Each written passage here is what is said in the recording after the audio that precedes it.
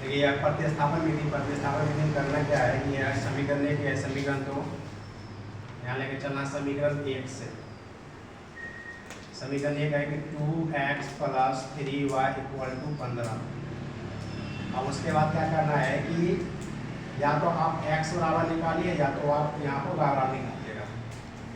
यहाँ पर हम x बराबर निकालते हैं तो सबसे पहले क्या करना होगा कि ये जो 3y जो है प्लस में है, चाहे यहाँ पर आप x बराबर निकालिए या तो यहाँ पर बराबर निकालिए। तो हम यहाँ क्या करते हैं x बराबर निकालते हैं तो LHS से क्या करते हैं, ये जो प्लस में है 3y इसको RHS साइड ले जाते हैं।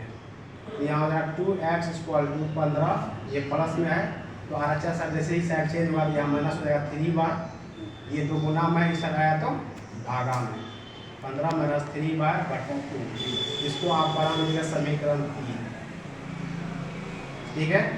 और ये समीकरण 3 का मान जो आप या तो समीकरण 1 में रखिए या तो समीकरण 1 से बनाया है, इसलिए आपको समीकरण 2 में रखना पड़ेगा। यहाँ लिखना है कि समीकरण 2 में x का मान रखने पर, जैसे समीकरण 2 में मान रखिएगा, समीकरण 2 उतारिए 3x - 2y = 3। तो यहाँ लगा 3 × 15 - 3y/2 - 2y = 3। अब इससे गुना कीजिए 45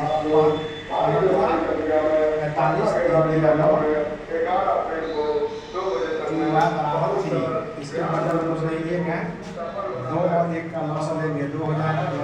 45 - 9y और 1 से जैसे 2 में भागा दीजिएगा 2 होगा, 2 से गुना कीजिएगा 4y = 3।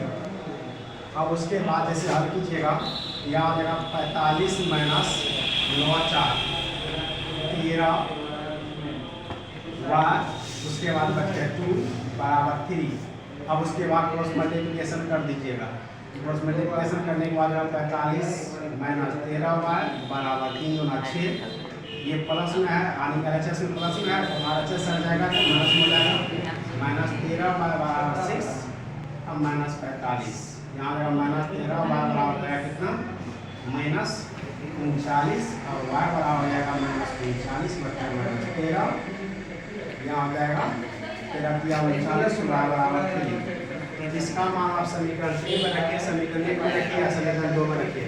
इसी समीकरण में रख दीजिएगा तो x का मान निकाल जाएगा। अंतर में यहाँ पर समीकरण 3 में x का मान रखने पर x = हो जाएगा 15 - 3y/2। अब 15 - 3 और यह y का मान निकला है 3, यहाँ 3 रख दीजिए।